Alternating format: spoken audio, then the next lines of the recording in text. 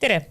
Eetris on järjekordne poliitiline podcast, kus mina ja Jevgeni Kristofovitš arutame päevakajalisi asju ja sündmusi. Tere, Jevgeni! Tere, Maria! Ja täna tegelikult mul on kaks asja, mida ma tahtsin arutada. Üks on negatiivne ja teine positiivne. Esiteks, sel aastal on juba teada petturid, telefonipetturid välja petteti Eesti inimeselt rohkem kui 22 miljonit eurot. Ja sellest teemat tahaks sinuga arutada.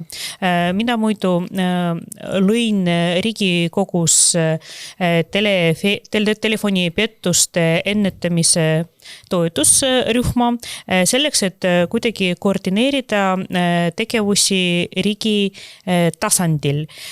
Ütle mulle palun, kui tihti sulle helistavad erinevad pätid eesmärgiga välja petta sinult raha? Tegelikult päris palju, sellepärast, et minu telefoninumber on avalik, et ta on väga paljudes avalikes andmebaasides kättesaadav ja siis on kättesaadav minu andmetega, et nad teavad minu ees- ja perekonnanime ja siis võib-olla ka minuga seotud mõningad aadressid, et mis veel nende petuskeemidele annavad siis täiendavat hoogu. Viimane näiteks, mis minu jaoks nagu tähelepanuväärne kõne oli, et ma selles sotsiaalmeedias ka kirjutasin, et minuga räägiti ilusas eesti keeles, siis öeldi minu ees- ja perekonnanimi, minuga seotud aadress ka ja siis öeldi, et nad helistavad siis Eleringist ja et vahetavad mingisuguseid nagu seal süsteeme ja küsisid, et kas ma olen sel ajal kodus või kas on keegi seal, eks ole, et kes saaks neile seda kõike lubada. Et mul ei olnud õrna aimugi, et tegelikult mulle helistab telefonikelm. Et ma sain sellest aru siis, kui ta palus allkirjastada siis Smart ID-ga mingisuguse dokumendi, mis siis annaks neile võimaluse siis vastava kontrolli. Siis sina said aru, et tegimist on kelmiga. Ja sellepärast, et ükski selline firma selliseid kõnesid võib-olla tehes, eks ole, ei tee nagu ettepanekuid midagi siis distantsiooniliselt allkirjastada. Et see, et mulle samal päeval helistasid näiteks libaomniva ja tavaline omniva, sest praegu on pühade aeg, et praegu omnivas näiteks tuleb väga palju kõnesid, sellepärast, et kõik pakiautomaadid on näiteks täis. Ja siis selleks, et need järjekordi kuidagi manageerida, et siis aeg-ajalt helistab ka nagu normaalne omniva ja küsib, et kui teile see pakiautomaat näiteks sobiks, et see, kuhu teie tellisite, et ta on täis, et äkki me viime seda kuhugi teise pakiautomaati, aga nad lihtsalt küsivad nõusoleku ja sa ei pea midagi selle PIN-koodiga allkirjastama. Kuidagi tõestama ja allkirjastama. Just. Mina käisin hiljuti ühel loengul, mida pidasid SEB panka töötajad ja nemad rääkisid erinevatest petuskeemidest ja samas nad rääkisid sellest, et viimasel ajal värbatakse ka eesti keelt kõnelevaid inimesi ja päris eestlasi nende kõnekeskustest, mis ei asu muidu Eestis. Ja tegelikult nad ütlesid, et igaüks meist võib langeda sellise petturi ohvriks, sellepärast nad tunnevad väga hästi inimese psühholoogiat ja nemad kasutavad, ütleme siis sellist turbulentset häirivat situatsiooni maailmas, kus inimesed on hirmul, on ärevuses ja kui inimesele helistatakse ja üritatakse teda vende, et just praegu tema kaotab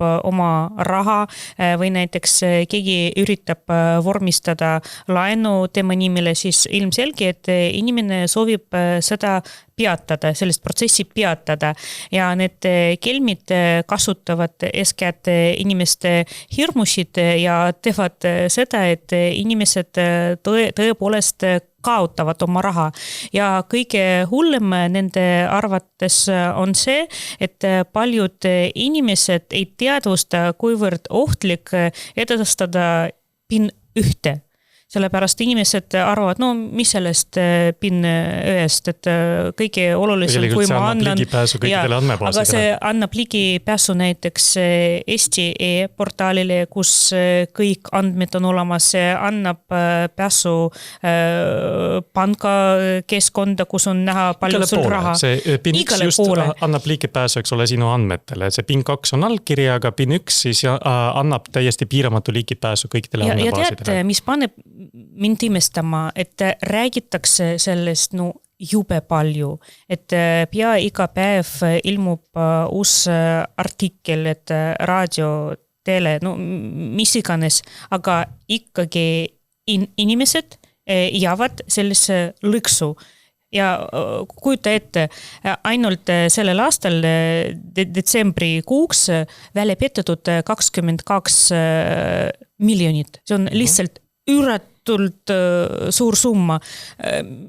Kuidas sina saad seda seletada? Üks asi on hirm ja kasutatakse inimeste hirmud ära. Kas veel mingisugune põhjus? Miks inimesed nii kergeusklikud?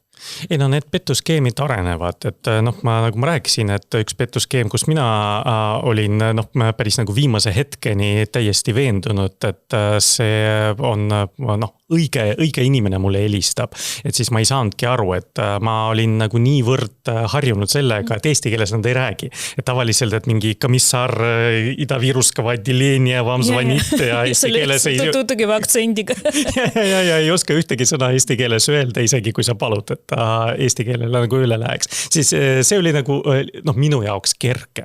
On ju, et kui me räägime inimestest, kes ei oska näiteks eesti keelt ise, et siis et nemad usuvad võib-olla, et neil on natuke raskem siis sellise... Aga miks inimesed usuvad? Sellepärast, kui keegi tuleb nendele tänaval ja ütleb, palun pange siis oma allkirja, ma ei tea, tühjale lehele nagu hiljuti juhtus kesklinna Vene gümnaasiumis, et inimesed tõepoolest panid oma allkirjad tühjale lehele. Et kui tänaval selline juhtum leiab aset, et inimesed lihtsalt jooksevad ära, et sellepärast on ebanormaalne, kui keegi sekkub nende siis isiklike piiride taha ja midagi siis määrib peale. Jaa, aga ma vaata, et see Elering, et kohe, kui näiteks see petukõne oli mulle tehtud, et ma kohe helistasin Eleringi infotelefonile, ütlesin, et kujutate ette, eks ole, nüüd on ka eesti keeles, nüüd jaa, teame tegelikult, et see on juba päris pikka aega nagu on olnud selliseid juhtumeid ja teate, mis on nagu kõige kurvem, et järgmisel aastal meie hakkamegi näiteks vahetama neid elektriarvesteid ja me hakkamegi tõepoolest käima. Ja siis loomulikult me anname teada sellest, et okei, me mõtleme, kuidas seda teha, et ilmselt nagu see läbi helistamine nagu väga ei aita sellepärast, et meid nagu saadetakse ka kup peale. Kõige hullem on seda, et kõik need skeemid muutuvad pidevalt ja need petturid on väga hästi kursis, mis Eestis toimub. Ja kui varem nad näiteks ütlesid, et haigekassa helistab, siis praegu nad on muutunud, nad end parandanud ja nad ikkagi räägivad õesti, et tervisekassa helistab. Ja, et nad seda kõike juba teavad, aga siis mis on kogu selles asjas ka positiivne näiteks, et meie inimesed on ka julgemaks muutunud, et näiteks on sellised petuskeemid, kus keegi helistab, eks ole, ja nuttab ja ütleb, et ta on haiglas, on ju, ja siis pärast räägib näiteks ja siis pärast räägib sinuga kas politseinik või arst ja ütleb, et on vaja kohe mingi sularahapataka kuhugi viia, siis inimesed ütlevad, ja, et meil on vaja selleks nagu paar tundi, et kohe viime või kohe anname üle ja siis helistavad politseisse ja politsei tuleb kohale ja võtab vähemalt nagu selle sideohvitseri või kuidas teda nimetada, eks ole, rahamuuli, et võtab kinni. Et selles mõttes, et päris palju on selliseid juhtumeid olnud ja ma olen isegi lugenud ühest juhtumist, kus proua sõitis Narvas Tallinna rongis ja siis rääkis telefoniga ja siis oli aru saada kõrvalistujatele, et mis seal toimub ja siis üks noormees ütles, et ei, ei, tegelikult need on kelmid. Ja siis see raha järgi inimene tuli kohe Balti jaama ja siis need kõrvalistujad olid prouaga koos ja siis pidasid kinni, kuni politsei saabub. Kahjuks ei ole võimalik loota, et vanema inimese kõrval on selline hea inimene, kaasreisija, kes saab tuvastada, et midagi täiesti valesti toimub. Sellepärast need petturid on muutunud nii nahaalseks ja inimesed on muutunud nii naiivseks ja kui nad nõuavad vanema inimeselt, et me peame teie raha kontrollima, et peame läbi viima teatud analüüsi ja päriselt inimesed annavadki nendele oma raha, sellepärast nad helistavad mõistagi eeskätt sularaha mingisuguseks analüüsiks. Ja see, et nad on täiesti, ma ei tea, kuidas öelda, et inimesed ilma häbitunnetega millegagi milleleta, vabandust, et oli selline juhtum, et puuetega inimene kodus, vanem proua ütles, ma ei saa alla tulla, sellepärast mul on lihtsalt probleemid siis kõndimisega ja need kelmid ütlesid lihtsalt visake see raha pataka aknast välja ja me võtame ja siis teostame teatud kontrolli ja see vanem proua tegigi seda, lihtsalt viskas oma raha aknast välja, see võib tunduda naljakas ja ebarealistlik, aga need on kõik reaalsed juhtumid. Ja mis on kõige hullem, need kelmid õpetavad oma ohvreid, kuidas nad peavad pidama vestlusi pankatöötajatega, et veenda neid selles, et see teatud ülekanne on täiesti okei, täiesti normaalne ja inimene tahab seda teha. Ja pankatöötajad tegelikult tuvastavadki, et midagi valesti toimub, aga nad ei saa keelata inimesel teha oma raha, aga ükskõik mida ta tahab. Jah, ma nägin ühe koomiksi internetis, et kus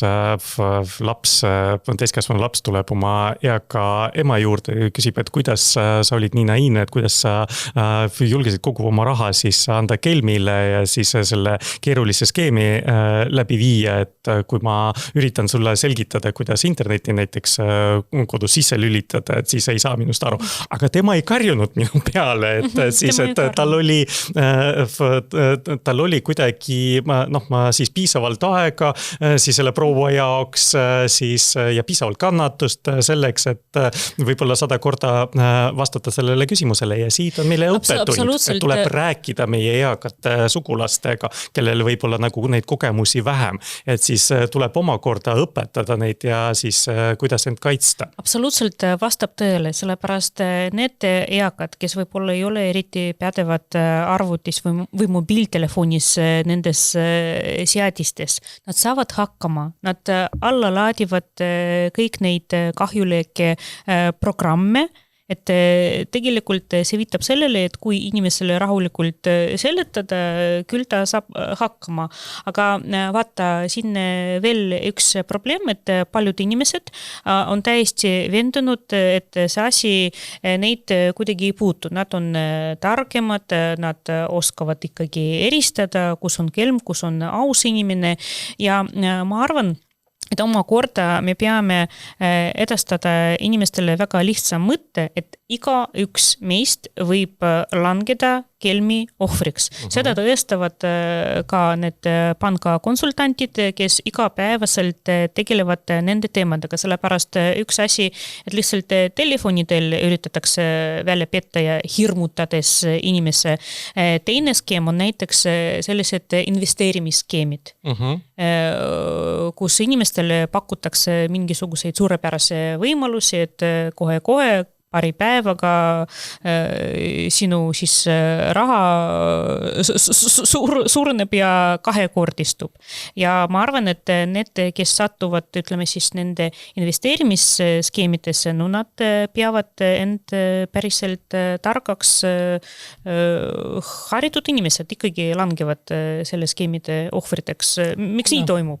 seal on hästi palju noori, et kes arvavad, et nad lihtsalt nad Bitcoinidest teavad kõike.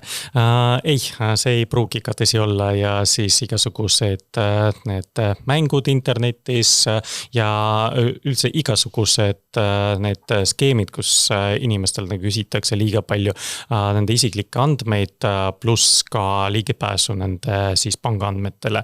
Et kui juba midagi sellist toimub, siis see on mitte lihtsalt ohumärk, vaid siis see on nagu juba kindel tõestus sellele, et tegemist on petuskeemiga. Ja mul oleks väga suur soovitus igaühele, kui keegi kahtlane palub teie PIN ühte, ärge andke lihtsalt. Ja, et telefoni teel mitte kunagi ja siis kui see on mingi külm kõne, üldse, et kui see ei olnud nagu oodatud kõne ja või siis te kahtlete, et kas või kahtlete nagu 1 millimeetritki, siis ärge pange seda näiteks, kui teile tuleb siis vastav päring siis selle Smart ID-ga, kus juures need on viimasel ajal ka nii nutikad, et nad juba teavad, et näiteks see RIA on see Riigi Infosüsteemide Amet ja siis, et kui see päring tuleb nagu ja seal on kirjas RIA, et äkki on siis usaldusväärsem ja siis nad ütlevad, et palun kontrollige, et oleks just RIA. Ja siis inimene nagu vaatab ja arvab, et siis RIA ei tohi midagi saata, aga tegelikult muuta seda nime on väga lihtne seal. Ma arvan, see võitlus kestab, et need kelmid ei anna alla ja veel tahtsin mainida sellist asja, et praegu Euroopas välja töötakse selline direktiiv, mille kohaselt pangad peaksid ka kandma vastutust ja siis vajadusel hüvitada osa raha. Mina tegelikult arvan, et see ei ole eriti hea direktiiv, sellepärast see tähendab, et see on süke nõiaring toimub, et raha tagastatakse inimesele tagasi ja siis petturitel on jälle võimalus need raha tagasi jälle välja petta inimeselt. Ja ma arvan, et kui pankasid kohustavad tõepoolest hüvitada teatud rahasummasid, siis võib-olla teenuse hinnad muutuvad suuremaks, et see päris kindlasti, sellepärast, et see on pankadele nagu täiendav halduskoormus ja siis... Halduskoormus ja finantskoormus ja tegelikult sellepärast nad peavad ju reaalselt neid raha tagastama, kui päriselt selline direktiiv joostakse ja seadusena vastu võetakse, aga Riigikogus me veel seda ei arutanud. Jah, et aga teiselt poolt, et kui finantsasutused natuke selliseid kahtlaseid tehinguid siis kontrollivad rohkem, siis see päris kindlasti annab teatud kindlustunde nii inimestele, kui ka siis vähendab neid petuskeemide arvu.